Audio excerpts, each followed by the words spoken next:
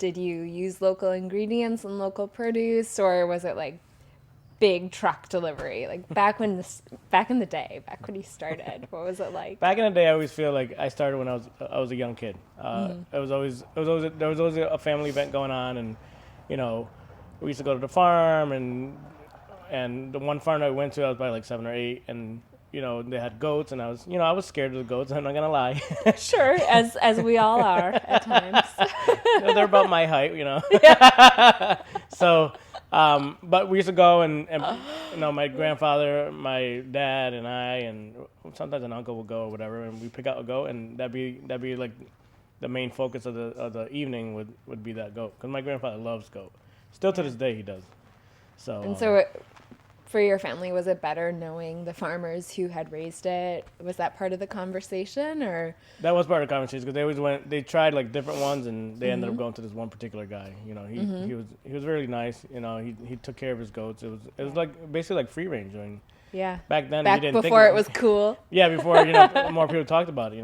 The guy had a huge farm. They used to, they used to be all over the place, and it was good. But I didn't realize till years later.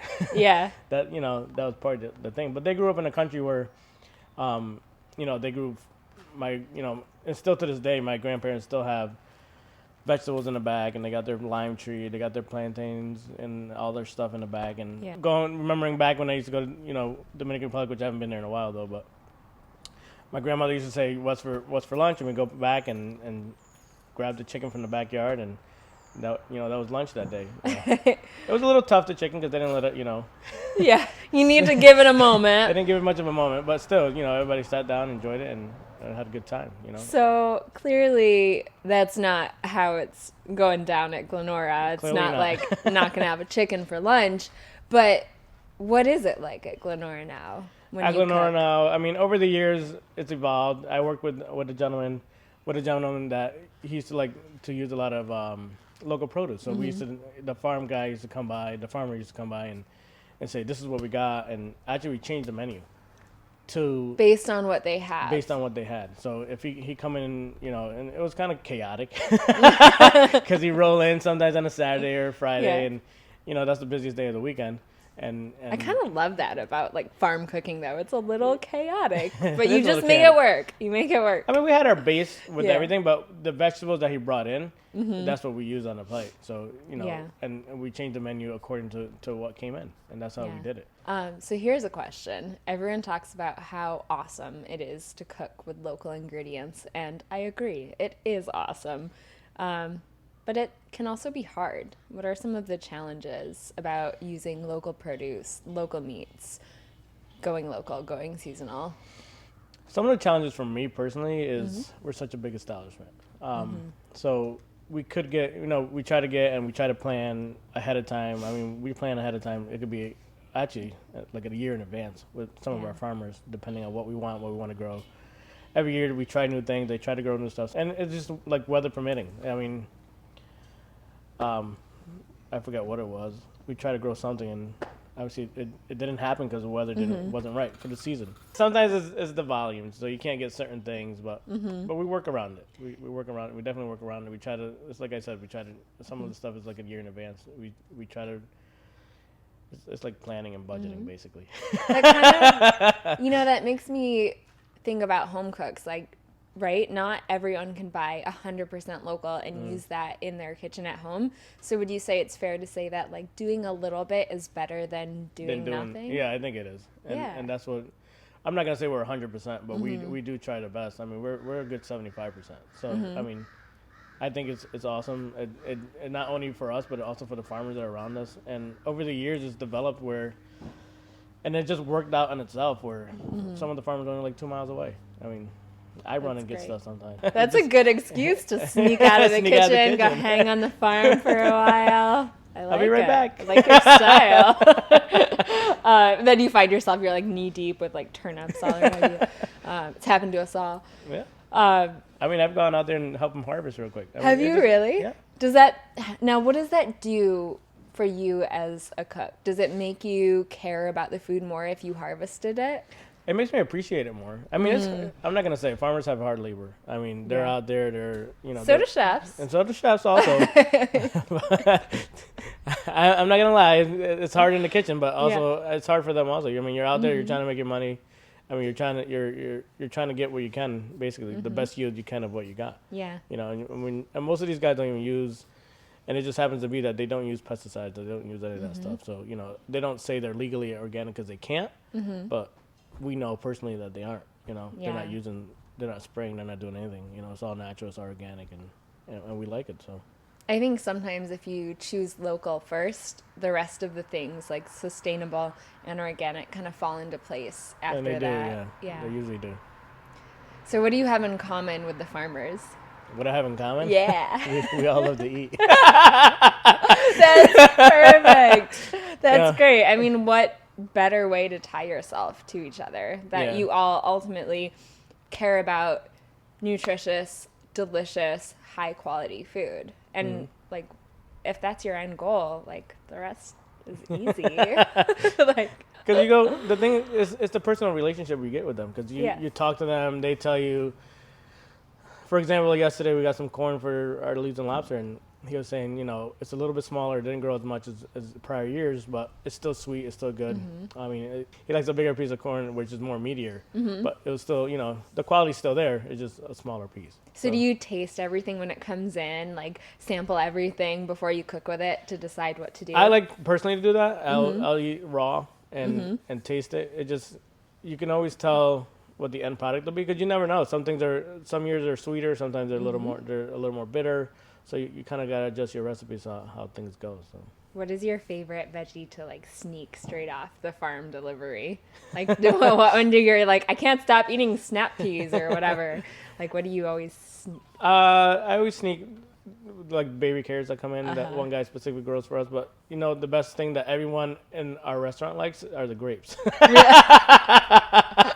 I know we're in the Finger Lakes and all that, but honestly, like when the grapes come in, everybody's sneaking in to walk in, trying to grab a little bunch of grapes and eating them. Like it doesn't matter who it is, they're trying to, they want it, because I mean it's also a short season. It's not that long of a season for the our seedless grapes that come in through here. So, but peaches are also awesome. Also, when they're season. So good. Yeah. How do you use them at the restaurant? What do you do with the peaches? We do different things. I mean, right now we're doing like a peach habanero jam. So, oh my gosh, I was expecting you to be like peach pie, like whatever, but peach habanero jam? Yeah. Tell me more. I need more information.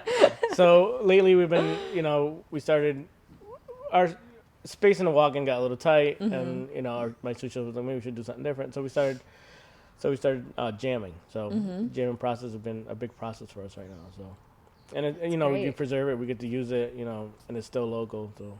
That's great when you think about it, because not only are you, finding a creative way to give this ingredient to your customers and, keeping them engaged and excited and happy, but you think about like in December or January when there's no fresh produce, all of a sudden you can open up that jam jar and be like, oh man, like I remember back in July and we had peaches. Like what a great way to use that. It's just smart. Yeah, and it's a lot of work at first, but at the end of it, it's like you said, you utilize it later on. Yeah. Do you preserve anything else in the kitchen? We've been preserving a lot of stuff. Yeah, like what? Give me the dirt. What are you canning? What are you freezing? What are you pickling? We got a peach habanero jam. We did pickle some. Last year we pickled some butternut squash, which was amazing. I've never done that. And this year we got a ton of ramps, so we started pickling some ramps and stuff like that. So nice. Pickled ramps are awesome. How are you using them? So the pickled ramps, we're just basically literally taking them because I don't want to do much to them because I think they're beautiful the way they are, but we just take them and lay them on a plate and use them that way. I mean, we did take some and puree it and stuff like that, and we'll be using some of that also. We've made vinaigrettes and stuff like that before, so that's the way. There's two different ways we use them. So, have you ever gotten any awesome recipes or recipe inspiration from the farmers? Have any of them shared secrets like, oh, I love to use this ingredient in this way, or? Honestly, we were just talking about ramps, but one of the things we were talking about one time was ramps. He said he was making like a ramp pesto, and we were talking about how I was making a ramp vinaigrette at that point, and so we talked about that and verbally exchanged, but never physically exchanged. But But I think he ended up making. I ended up making some. So like Yeah. the pesto. So we do talk about it. Have you ever had any massive fails? Like tried something new and it just didn't work out? Any big learning experiences? Massive fails. There's been some. I can't remember any off the top of my Yeah. head, but there has been. There a are few. opportunities for growth. Really, They are. is what you You know call what the funny thing is? You think of it as a massive fail, but then you end up, tweaking it and changing it, and it becomes something totally different that it is usable, unless it's burnt. Yeah. I mean, if it's burnt, it's burnt. Yeah. You definitely Set can't a use timer. that. That's right. Don't burn your biscuits. Can you give us any previews for Restaurant Week? What do you have in store? For Restaurant Week right now, one of the items that we're going to do is a pork shepherd's pie. So that's one of the items. That sounds great. Because normally you use beef in shepherd's pie, right? Mhm. So why pork?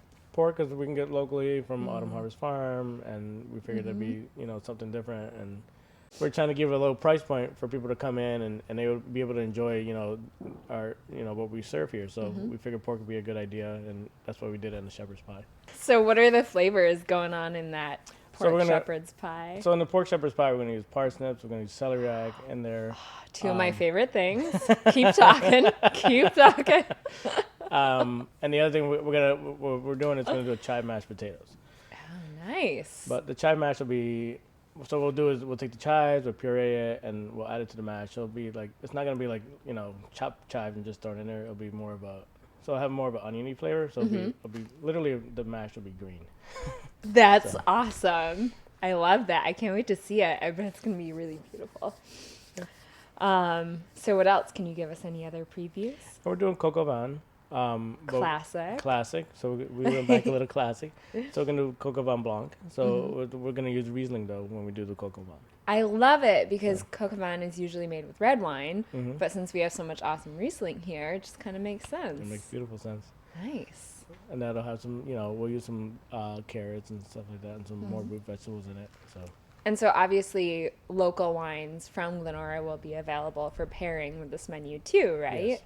And so what I love about that is not only do you get to eat local food, is you get to really experience like everything that the land has to offer by drinking the wine. That's right.